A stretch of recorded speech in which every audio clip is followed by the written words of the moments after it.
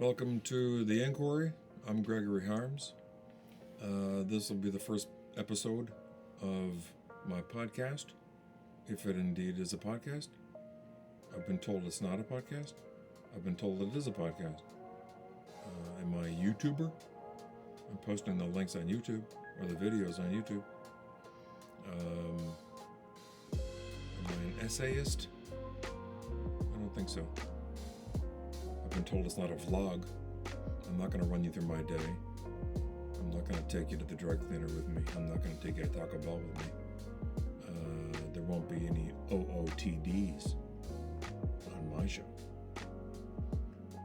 Outfit of the day. Here it is. Here's your outfit of the day.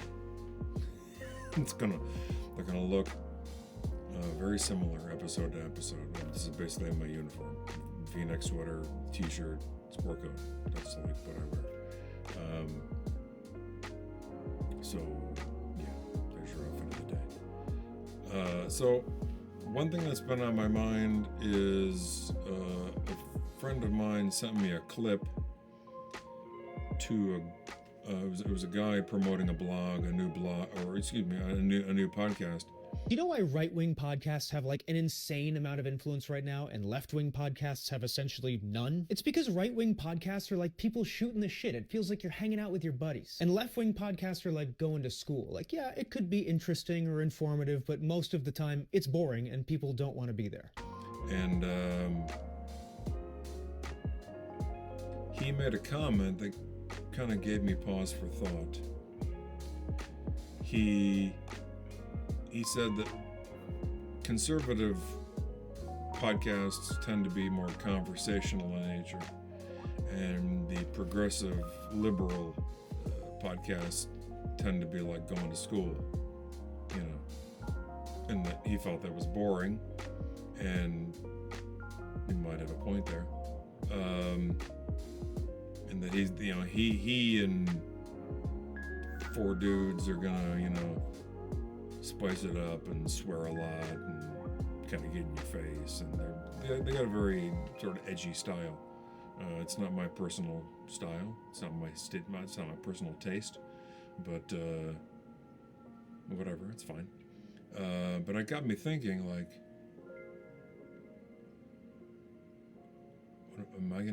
is my podcast gonna be boring?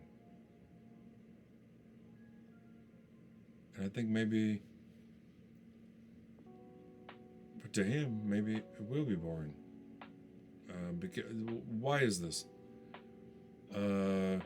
Because I want to explain the vocabulary and the concepts, so you understand them, so my viewers and listeners can understand those basic concepts that you hear all the time in the political discourse. Our political discourse is shot through with political philosophy terms and, like liberal and conservative. I already mentioned a bunch of them, like liberal and conservative in reference to the political spectrum and so on and so forth. If you don't know what those are, and if I'm doing a podcast and I'm talking about domestic U.S. politics, and I'm using those words, and you don't know what those words mean, then what are we doing? So I don't want to do that, because if you want to watch people talk about politics and use words that maybe you don't understand, then you can just watch CNN. You don't got to watch me. Or you can watch Fox or MSNBC or whatever flavor of terrible news you like to watch. Just pick one. They're all equally terrible. No, that's not true. The network news is not even terrible. And Fox News, I don't even know if that's a news program. CNN's good old-fashioned terrible. They do a terrible job of Middle East coverage, terrible job of foreign policy coverage, and they don't educate their viewers and their listeners. So, they're not all equal, are they? So I want to, I spend 5 days a week in the company of college students, and I know for a fact that they don't have a real tight grip on what these terms mean, what these concepts mean. That's not to suggest that they're stupid and that they're just clueless, but they've never had these things explained to them before. And watching the news won't help, because you could watch CNN from here to eternity, and you could watch CNN 10 hours a day, 7 days a week for the rest of your life, and you'll never understand, foreign policy or what's going on in the Middle East, or understand these concepts. So where do you go? You go to the inquiry. I'll explain it to you. I decided long ago, when I started writing, that I was going to keep myself out of the frame and just review in plain language that anybody, like a general adult readership, anybody could understand. I have no interest in writing for academics. I have no interest in writing for intellectuals. I have no interest whatsoever in speaking to those people. I want to speak to the butcher, the baker, and the candlestick maker. And that's who I'm going to be talking to in my podcast. But I'm going to explain what these concepts mean, and talk about philosophy, and talk about foreign policy, and talk about art, and you name it. We'll hit a number of topics, hit a wide range. But my approach is for you at the end of a half an hour episode to know a little bit more than you did at the beginning. So that's my priority. That's my goal. Yeah. So if that makes it boring, then I don't know what to tell you. I'm not here to entertain you.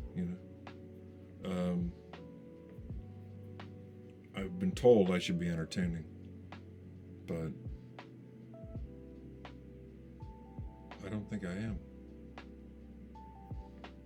I mean, I'll try to keep it light. I'll try to keep it informal, but I'm not gonna, I'm not gonna juggle. I can't juggle anyway. I mean, I used to be able to juggle. I'll get to that in a minute. Why I can't juggle anymore.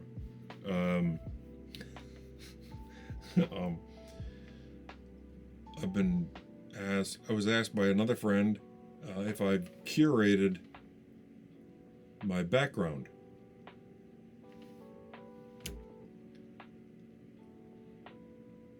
I haven't curated my background. She made a good point.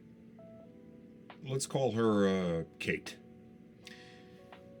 Kate said, look, someone's going to come on your podcast and maybe they're not interested in what you're talking about, but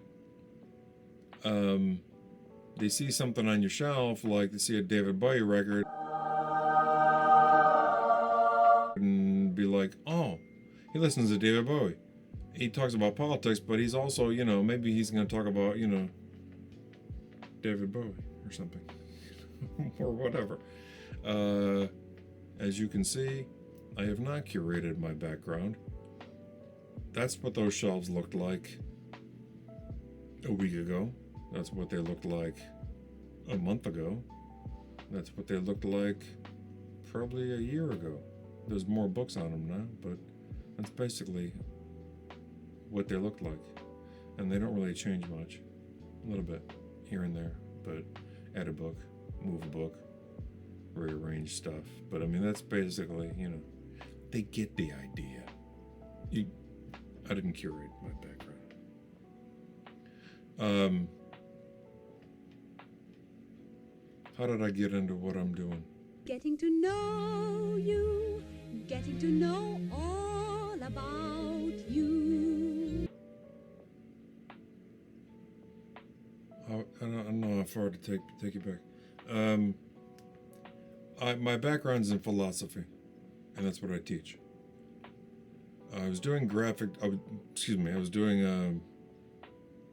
graduate work in philosophy up in Chicago at a university. I won't mention the name of the university, but I will say they're Jesuit. I was doing that work and doing that and enjoying my studies, but I thought, this really isn't going anywhere. I'm not going to get a job doing this, which I eventually did. And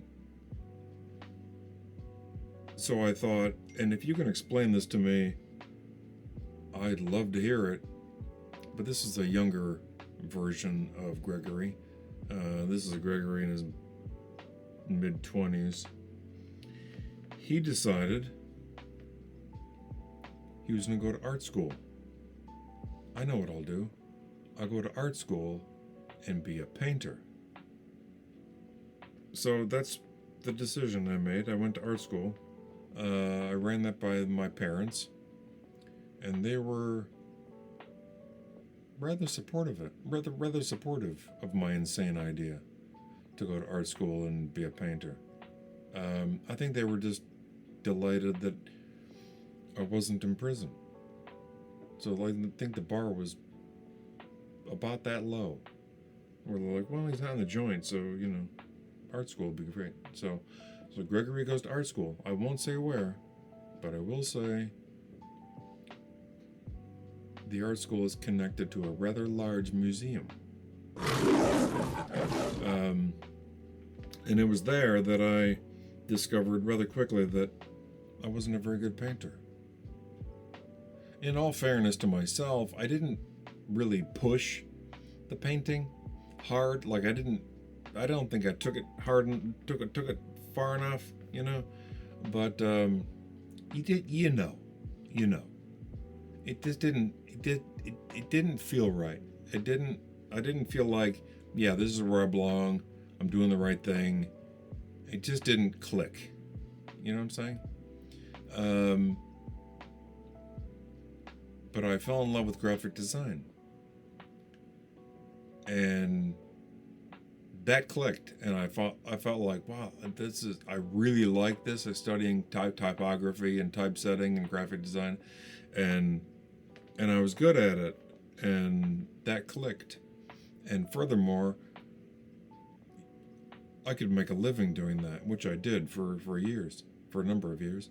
I'll skip that part of the story and skip to 9/11. 9/11 happened. And at that time, I was studying a lot of modern Middle East history, Middle Eastern politics, U.S. foreign policy in the Middle East. The books were really piling up. And then that happened. And then I had friends emailing me saying, what does this have to do with that? And who's this guy? And blah, blah, blah. And is this related to this? And so on and so forth. So I started writing these really long emails.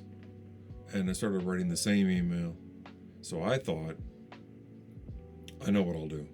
I'll put everything I know, everything I've learned, into an essay. An extended essay. And then I'll go to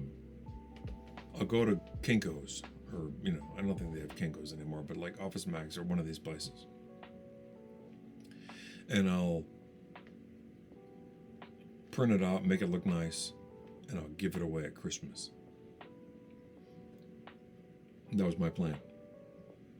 I'm going to write an essay and self-publish it, get it printed out, make it look nice, and hand it out. Here you go. Here's everything I've learned about the Middle East. So a friend of mine ruined my life and suggested, why don't you write a book? And I said, I have no business writing a book. People who taught this stuff and, professors who taught this stuff for decades, they write the book. I don't write the book. I don't know what I'm doing. He's like, just write as you go. So that's what happened. That's what I did. And a publishing company in London offered me a contract, which they really had no business doing. I hadn't any business writing the book, and I don't think they had any business publishing it.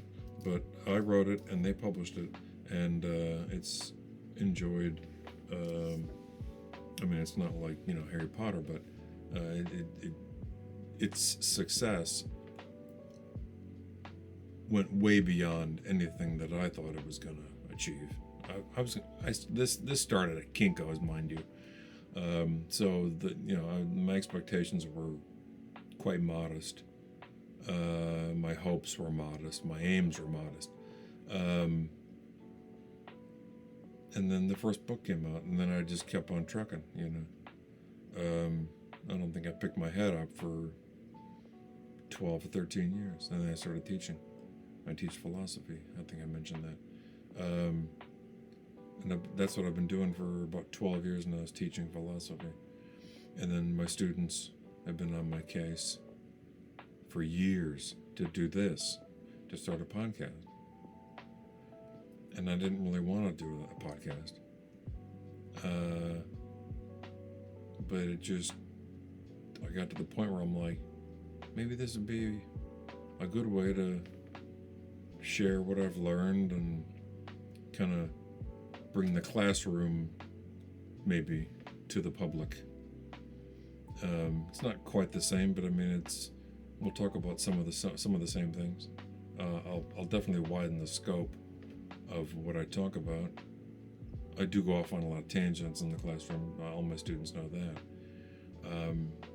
But yeah, that's kind of what we're gonna do. Why can't I juggle anymore? The reason I can't juggle anymore, and I was a decent juggler. I learned how to juggle those clubs, the pins. That's very hard. Even if you know how to juggle, that's hard. You see the clowns in the circus? Well, I don't even know if they have clowns anymore in the circus. But when I was a kid, they had clowns in the circus, and they juggled these clubs, and it's get them spinning, and and I don't think that sound effect was necessary. Yeah, I was a pretty good juggler. I wasn't great. I wasn't ready for the circus, but I was pretty good, competent. And then about 3 years ago, I was diagnosed with MS, which I don't recommend. If you can skip that, that'd be my nickels worth of free advice. Would be to not get MS. That's about 3 years ago.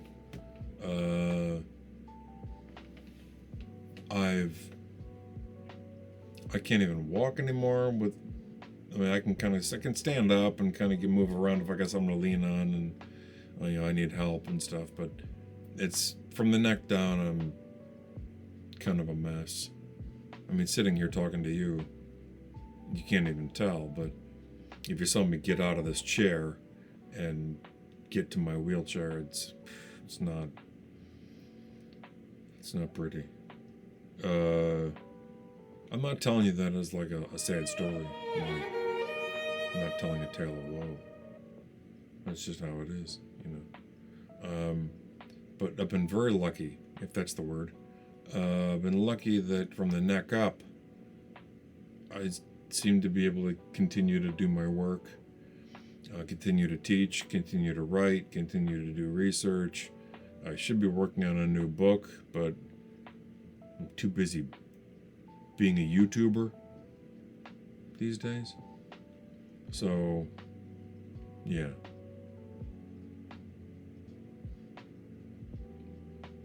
That's a little bit about me and my background and so on and so forth.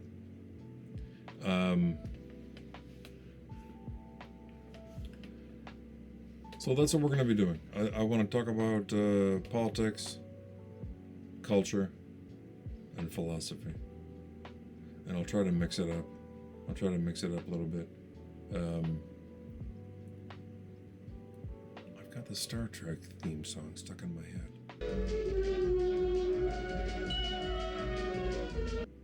Why is that? It's really in my head.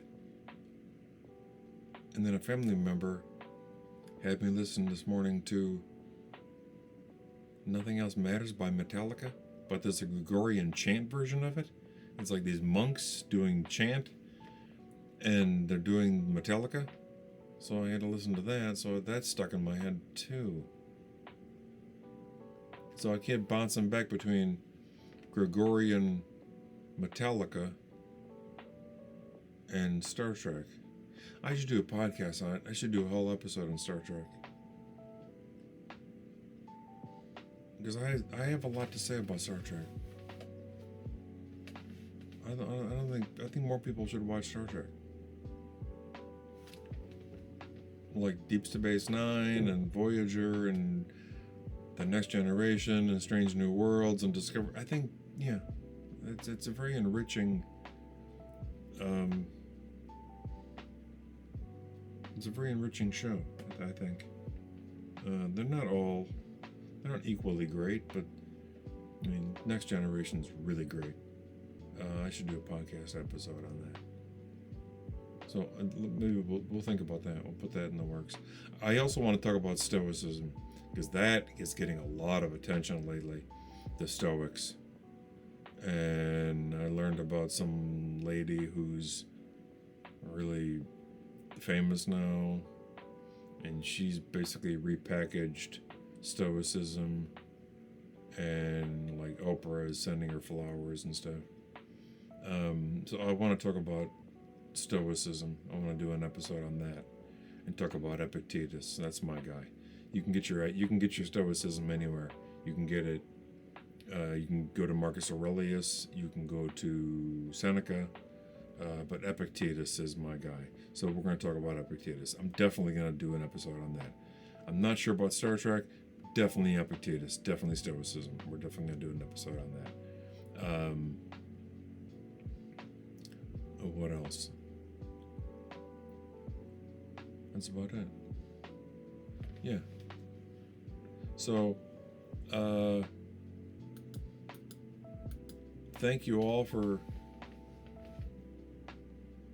watching the first episode of my podcast.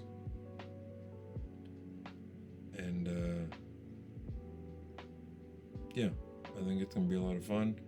And hopefully you'll learn something. And there's a there's a contact section on the website, theinquiry.us.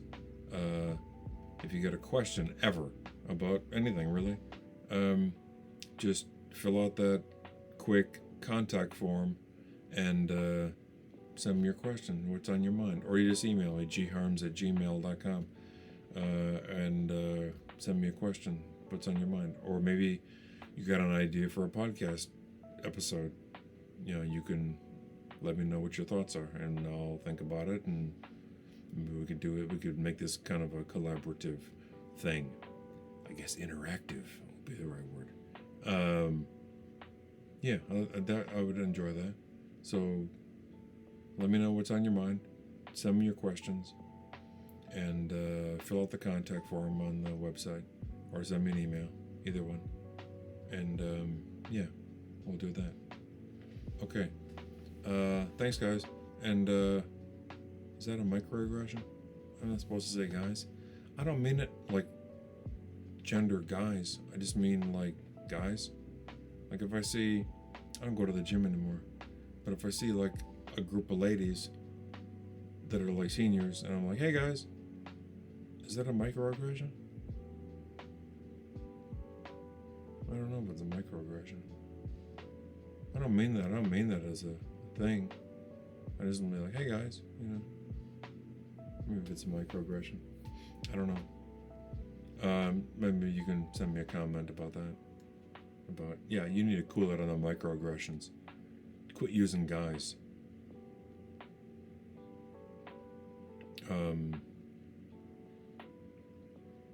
Yeah.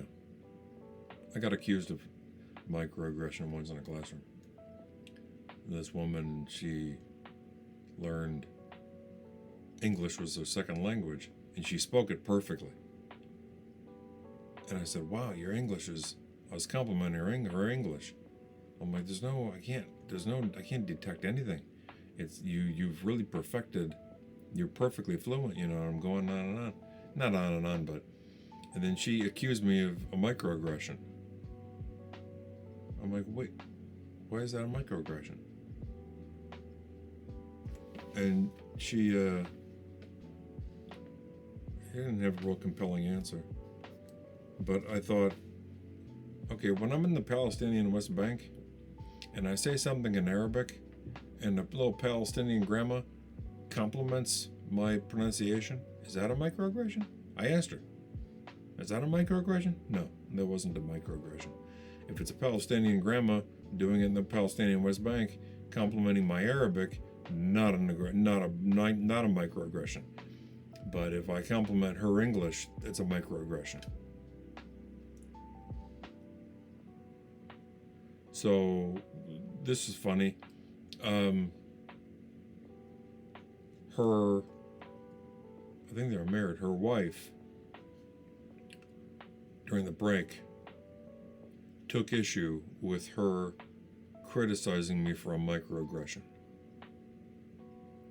She got very irritated.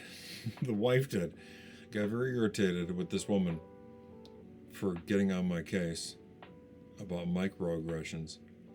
And she said, "You make fun of my accent all the time. You're a hypocrite."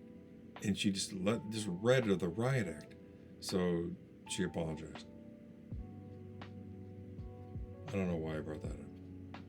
Probably because I referred to you guys as guys. See, I just did it again. Yeah. So, thank you for coming. Thank you for joining me, and stay tuned. Keep an eye on the website for further episodes of The Inquiry.